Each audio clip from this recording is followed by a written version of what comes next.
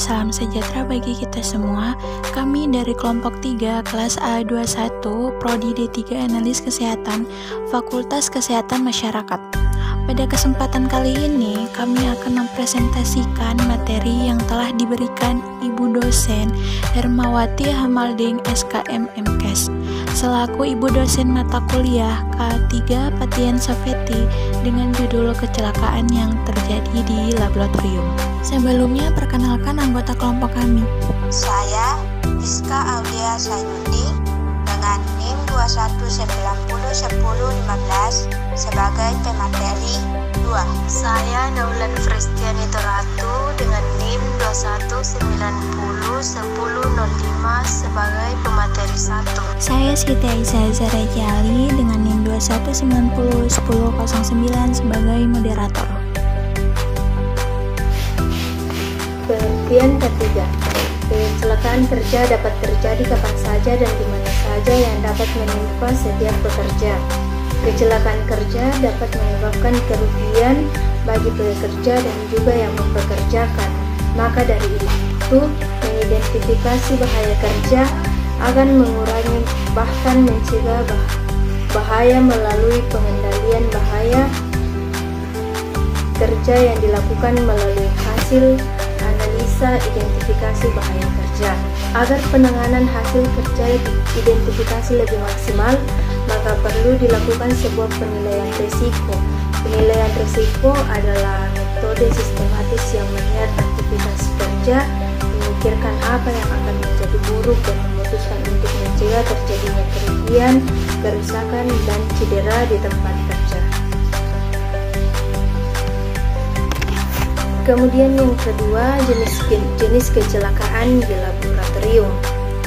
Saat praktikum di laboratorium, siswa akan menggunakan berbagai bahan kimia, peralatan gelas, dan instrumen khusus yang dapat berpotensi terjadi kecelakaan bila dilakukan dengan cara yang tidak tepat. Berdasarkan penyebabnya, kecelakaan kerja yang berpotensi terjadi di laboratorium dapat dibedakan menjadi beberapa jenis. Yang pertama, terkena sengatan listrik. Yang kedua, terjatuh kondisi lantai yang licin di laboratorium atau kondisi sepatu yang licin dapat menyebabkan praktikan terjatuh dan mengalami cedera. Yang ketiga, keracunan bahan-bahan beracun.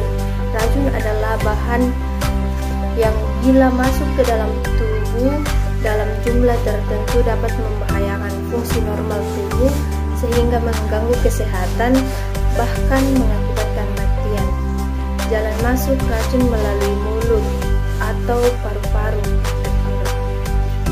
4. Luka. Luka dapat terjadi akibat terbakar, tersentuh bahan yang sangat panas, terbenci bahan kimia, atau tertusuk benda tajam. Misalnya jarum, potongan seng, besi, atau pecahan gelas. Bagian tubuh yang rentan terluka yaitu tangan, kaki, dan wajah. 5. Tumpahan zat. Tumpahan zat dapat menyebabkan keracunan jika terserap kulit, iritasi, ataupun kontak dengan kulit dan terluka. Tumpahan zat harus segera diisolasi, dinetralisasi, dan dibersihkan. 6. Kebakaran.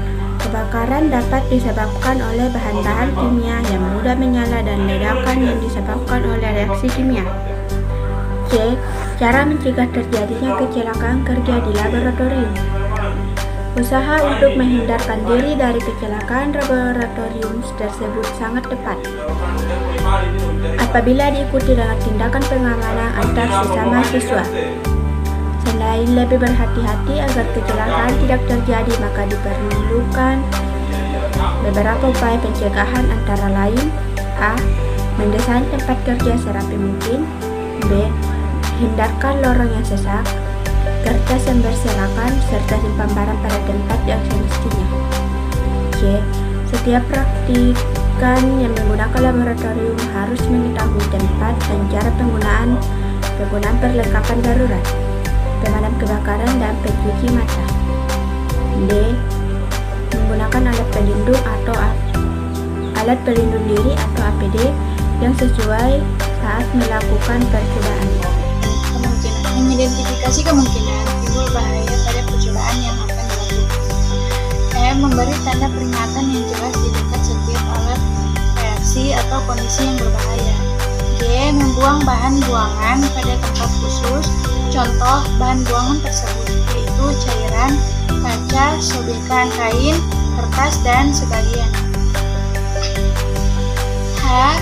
Menjaga agar suasana praktikum tetap tenang dan tetap menyediakan kotak P3K yang mudah dijangkau secara cepat.